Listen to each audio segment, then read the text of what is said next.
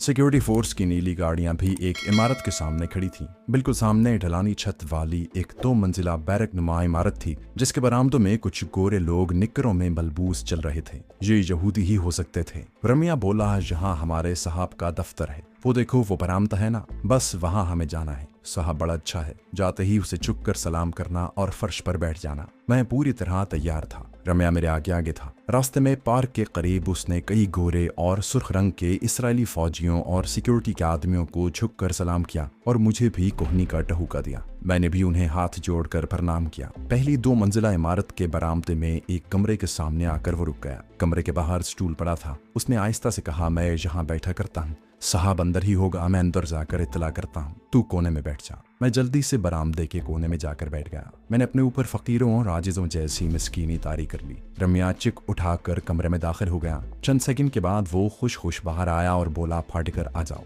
साहब बुलाता है। मैं उठा और हाथ बांध कर झुका झुका कमरे में दाखिल हो गया। अंदर दाखिल होते ही मेरी नजर एक दराज कद शख्स पर पड़ी। वो चीफ सिक्योरिटी अफसर की फुल नीली यूनिफॉर्म में मलबूस चमकीली मेज के पीछे घूमने वाली कुर्सी पर बैठा कॉफी पी रहा था। आंखें छोटी, होंठ बारीक, सर पर जर्द बाल कुछ उड़े उड़े से थे। उम्र 50 से कुछ ऊपर होगी। चौड़े शाने और सुर्खी मायल सफेद रंग। शक्ल से वो मुझे जर्मन यहूदी लगा। उसने आंखें सुकेड़ कर मुझे सर से पांव तक देखा। मैं और दादा रमिया दोनों ही मेज के बिल्कुल करीब हाथ बांधे खड़े थे। मैंने दोबारा उसे प्रणाम भी किया, जिसका उसने जरा सा सर हिलाकर जवाब दिया। उसने मेरे चेहरे की तरफ इशारा करते हुए पहला जुमला यहाँ से शुरू किया, मराठी लोग इस तरह की फ्रेंच कट दाढ़ी नहीं रखते। मैंने माजरत के अंदाज में कहा कि ये दाढ़ी मैंने एक मराठी एक्टर को देख कर रखी है, वो मुझे बहुत पसंद है। उसने फौरन पूछ लिया, क्या नाम है उस एक्टर का। इस किस्म के सवालों के जवाब मुझे अजबर थे। मैंने फौरन ही कहा, दादे कालीकर। मैंने घर में उसकी तस्वीर भी लगाई हुई है। उसने कॉफी का मग मेज पर रख दिया और जेब से सिगरेट केस निकालकर एक सिगरेट सुलगाया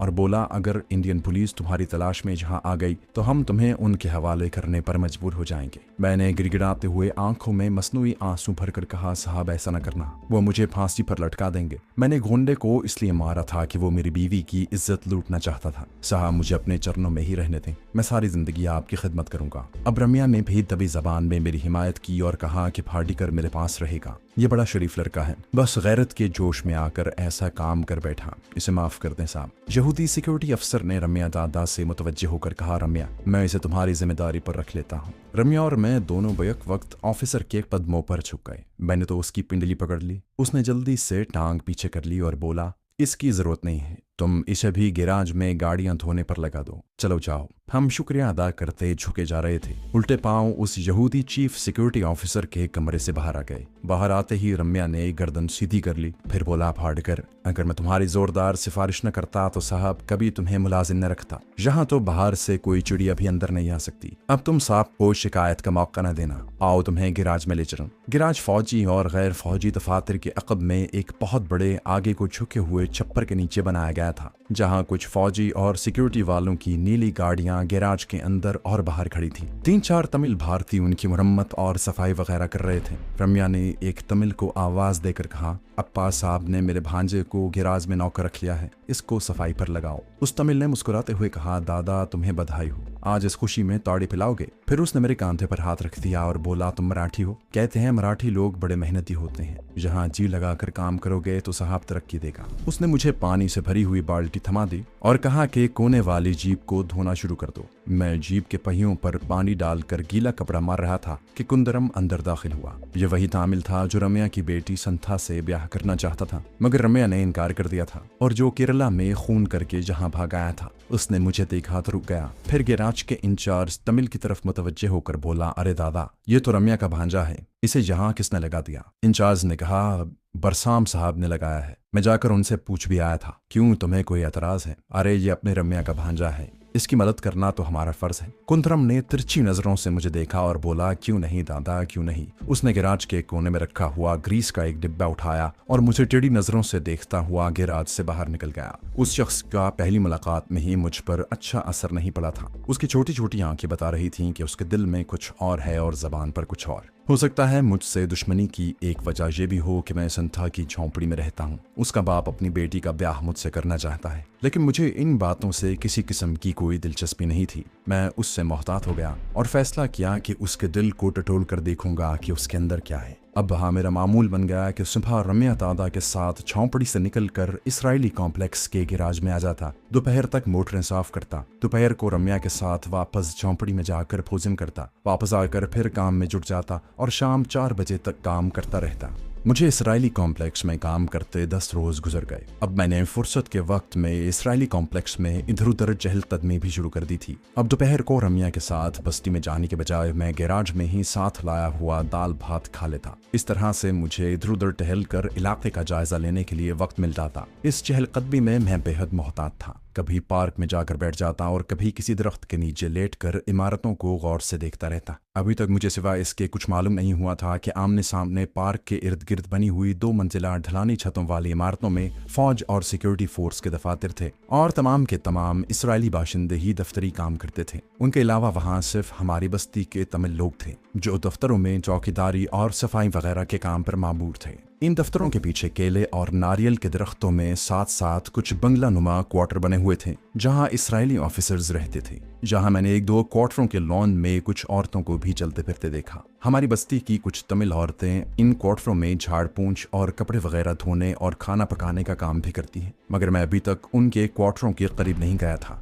अभी तक मैं उस जेल का भी सुराग नहीं लगा सका था जहां इसराइलियों ने अपने उम्र कैद वाले सियासी कैदियों और पाकिस्तानी खातून सोनिया को कैद रखा था। मैं जानता था कि जहां सफ़ेद कपड़ों में इसराइली इंटेलिजेंस के आदमी भी भारतीय बाशिंदों की निगरानी पर मामूर होंगे। यही वजह थी कि मैं उस इलाके से निकलकर दूसरी जानिब अभी तक नहीं गया था। ऐसी सूरत में मुझ पर शक किया जा सकता था। मैं इसी मालूमात अपने गैराज के तमिल हेड मैकेनिक कट्टी से हासिल करने की कोशिश में था। 1-2 बार मैंने बातों बातों में उसके साथ कैदियों का जिक्र छेड़ा भी, मगर कट्टी ने खातिर खा जवाब न दिया। एक दिन काम करते करते मैंने कट्टी से कहा, दादा यहाँ कोई चोरी चकारी या मारपीट करता है तो उसे ये लोग जरूर सजा देते होंगे। कट्टी इंजन की सफाई कर रहा था, बोला, अप्पा ये लोग ऐसा कभी नहीं करते, यहाँ कोई चोरी नहीं करता। मैं चुप हो गया। इस सिलसिले में मैंने दादा रम्या को कुरेदा तो उससे सिर्फ इतना ही मालूम हो सका कि उन लोगों ने जजीरे में किसी जगह जेल खाना बनाया हुआ है जहां भारतीय बाशिंदों को जाने की इजाजत नहीं है। वहां की सफाई वगैरह का काम कैदी खुद ही करते हैं। इसी तरह रम्या ने एटमी तजर्बेगाह के बारे में भी इतना ही बताया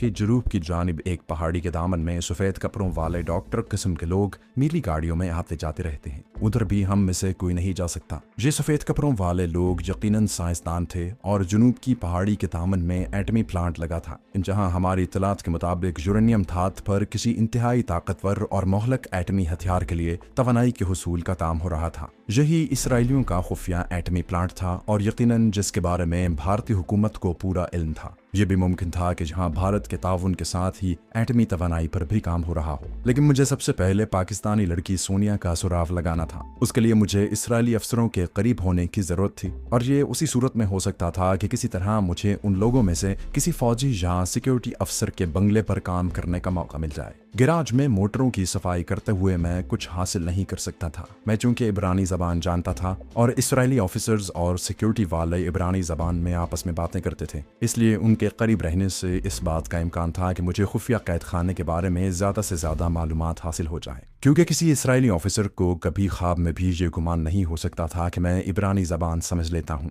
मैंने किसी इसराइली अफसर के बंगले पर काम हासिल करने की कोशिश शुरू कर दी। सबसे पहले मैंने ये बहाना किया कि गैराज में पेट्रोल की बू से मुझे सर दर्द रहने लगा है। मैंने हर किसी से सर में दर्द रहने की शिकायत शुरू कर दी। रम्या बड़ा परेशान हुआ क्योंकि मैं उसका होने वाला दामाद था। उसने अपने यहूदी साहब बरसाम से इल्तिजा की कि मुझे किसी दूसरी जगह काम पर लगा दिया जाए क्योंकि गैराज में पेट्रोल की बू से मेरी तबीयत खराब रहने लगी है। साहब ने रम्या की बात को गौर से सुना और फिर पूछा कि फाड़ीकर दूसरा क्या काम कर सकता है। मैंने रम्या को पहले ही ब्रीफिंग कर दी थी कि मैं विलायती खाने बड़े अच्छे पका लेता हूँ क्योंकि मैं मद्रास में एक अंग्रेज बहादुर का खानसामा भी रह चुका हूँ। उसने जब ये बात अपने साहब से की तो वो बोला, फाड़ीकर को हमारे पास लाना, हम उससे विलायती खानों के बारे में पूछेगा। रम्या ने एक रोज मुझे साहब के आगे पेश कर दिया। हकीकत यह है कि मुझे अंग्रेजी खानों के बहुत से नाम याद थे। बुरे से बुरे और अच्छे से अच्छे माहौल में रहा था। यरूशलेम में इब्रानी खानों के नाम भी जानता था और सादिया मेरे सामने यूरोपीय डिश भी बनाया करती थी। मैंने जब यहूदी चीफ सिक्योरिटी ऑफिसर बरसाम को अंग्रेजी खानों के साथ साथ एक आध यहूदी खाने का भी नाम बताया तो वो हैरान भी हुआ और खुश भी। मैंने हाथ बांध कर कहा, हुजूर, मद्रास में जिम्मी साहब थे, उनके यहाँ 1 साल तक खानसामा रह चुका हूँ। चीफ सिक्योरिटी ऑफिसर के यहाँ उसकी बीवी ही खाना पकाती थी। एक तमिल औरत उसका हाथ पिटाया करती थी। उसने हुक्म दिया कि मैं कल से उसके बंगले पर पहुंचकर काम शुरू कर दूं। बोला, रम्या, तुम फाड़ीकर को हमारा बंगला दिखा दो, हम मेम साहब को भी फोन कर देता है। मैंने उस यहूदी ऑफिसर के बंगले पर खानसामा का काम शुरू कर दिया। सुबह सुबह उसके बंगले पर पहुंच जाता, नाश्ता तैयार करता, दोपहर का खाना बनाता और रात का खाना तैयार करने के बाद बस्ती में वापस आ जाता। यहूदी ऑफिसर बरसाम की बीवी बड़ी कमगो और भारी भरकम औरत थी। दिन भर किताबें पढ़ने और चॉकलेट खाने के सिवा उसे कोई काम नहीं था, या फिर हैफा में अपनी वालिदा से फोन पर देर तक बात करती रहती। उनके बंगले पर कभी कभी शाम को सिक्योरिटी फोर्स या फौज के 2-1 अफसर खाने पर आ जाते थे। ये लोग ब्रिज खेलते, थोड़ा थोड़ा मशरूब पीते, सिगार फूंकते और इधर उधर की बातें करने के बाद वापस चले जाते। उनकी गुफ्तगू का मौजू ज्यादातर हैफा और यरूशलेम में गुजारी हुई जिंदगी होता। उन्होंने कभी कोई सियासी बात नहीं की थी। कभी कभार भारत की बढ़ती हुई फौजी ताकत पर इजहार ख्याल भी कर लेते, लेकिन उन्होंने आज तक सियासी तैदियों या सोनिया के बारे में कभी कोई बात नहीं की थी। मुझे शक होने लगा कि शायद मैं गलत जगह पर आ गया हूँ और सोनिया नाम की कोई पाकिस्तानी लड़की इस जजीरे में तैद नहीं है। दूसरी तरफ रम्या ने मेरे खानसामा बन जाने को मेरी जबरदस्त तरक्की समझा और एक रोज मुझसे अपनी लड़की से शादी की बात की।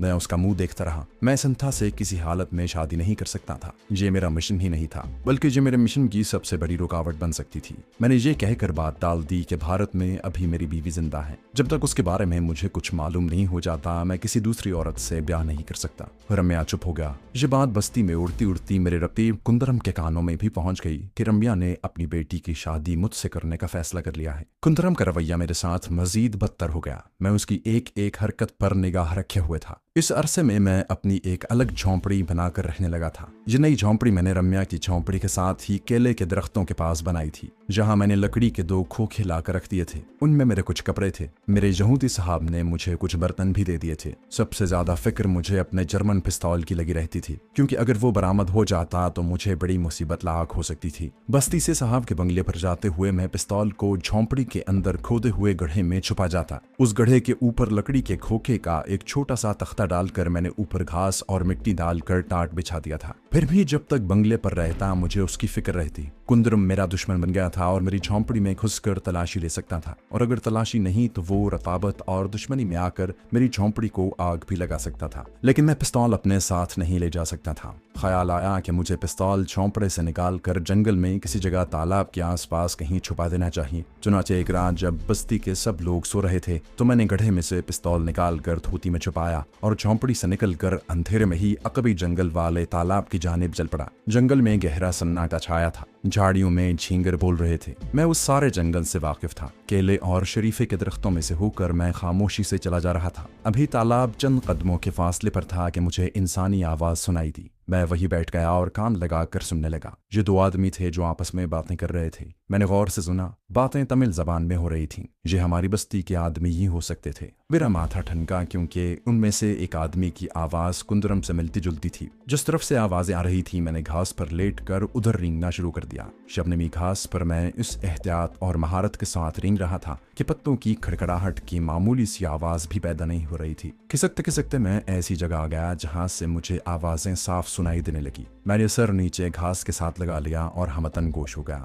मेरा अंदाजा दुरुस्त था। ये कुंदरम था जो अपने किसी तमिल साथी से बातें कर रहा था। वो अपने साथी से कह रहा था रम्या लालची है, फार्डिगर अपने साथ जरूर रुपया लाया होगा। उसका साथी बोला तुम्हारा दुश्मन फार्डिगर है, वो तुम्हारे रास्ते से हट जाए तो रम्या संथा का ब्याह तुमसे करने पर मजबूर हो जाएगा। कुंदरम खामोश था। फिर उसकी आवाज आई, मैं उसके खून से हाथ रंगना नहीं चाहता, यहूदी मुझे समंदर में डुबो देंगे। उसके साथी की आवाज आई, फिर ये कांटा कैसे निकलेगा, संथा तो उससे ब्याती जाएगी। कुंदरम ने कहा कभी कभी मुझे फार्डिगर पर शक सा होने लगता है। उसके साथी ने पूछा कैसे शक। कुंदरम चंद सानिये खामोश रहने के बाद बोला बस एक शक है मुझे, अभी तुम्हें नहीं बताऊंगा, पहले मुझे खोज लगा लेने दो। मेरे कान खड़े हो गए। कुंदरम को मुझ पर सिवाय इसके और क्या शक हो सकता था कि मैं असली मराठा नहीं हूँ और वहां जासूसी करने आया हूँ। ये बात मेरे मिशन के लिए इंतहाई मोहलक साबित हो सकती थी। मैंने कुंदरम से मजीद मोहतात रहने का फैसला किया, लेकिन थोड़ी ही देर बाद कुंदरम ने एक ऐसी बात जबान से निकाल दी कि मुझे फौरी तौर पर अपना फैसला मनसूख करके दूसरा फैसला करना पड़ा। और मेरा दूसरा फैसला ये था कि मुझे कुंदरम को जितनी जल्दी हो सके ठिकाने लगा देना होगा। उसके साथी ने उससे पूछा कि वो उस पर क्या शक करता है, फार्डिगर मराठा नहीं तो फिर कौन है। कुंदरम ने उसे जवाब में कहा अभी मुझे सिर्फ शक है, जब मुझे यकीन हो गया तो फिर मैं इसे यहूदी फौजियों के हवाले कर दूंगा जो इसे उसी वक्त गोली मारकर हलाक कर देंगे। अब बात वाज़ेह हो चुकी थी। अब मैं इस टोह में था कि ये अपने साथी को मेरे बारे में मजीद कुछ बताता है कि नहीं। अगर बता देता है तो फिर उसके साथी को भी अगली दुनिया में पहुंचाना जरूरी था।